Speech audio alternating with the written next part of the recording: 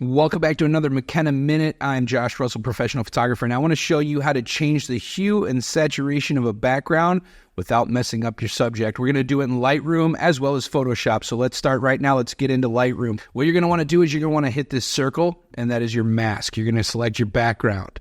Now, I noticed that in this background, it did not select this corner right here. So if that happens to you, what you're going to do is you're going to hit this little plus.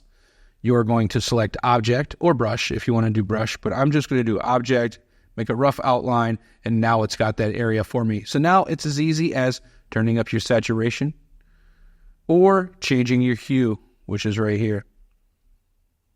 So if you want to change that background without changing your subject, you just do it right like that. So now let's talk about it in Photoshop. It's just as simple. It's pretty much the same thing. You're going to make sure you're on your layer with your subject. You're going to go select subject. Make sure that your person is selected.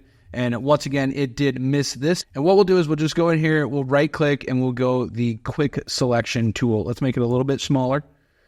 Now, what you want to do is you want to hold in your option, and we're going to go ahead and just select this area. Now, this does take a little bit more fine tuning than what Lightroom did, which is why I suggest doing this in Lightroom all the time. But we're just going to go ahead and reselect that area. Make sure that that is there. So now we need to inverse this though, and we're going to go ahead and hit select, inverse. So now everything but our subject is selected. We're going to hit Control or Command U, whether you're on a Mac or a Windows.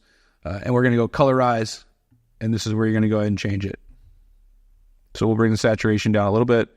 We'll go ahead and we'll change this. So we're going to go there. So you want to go to your layer adjustments. You want to go normal and go all the way down to color. So now you have that color selected. And that's it. That's how it's done. This has been a McKenna Minute.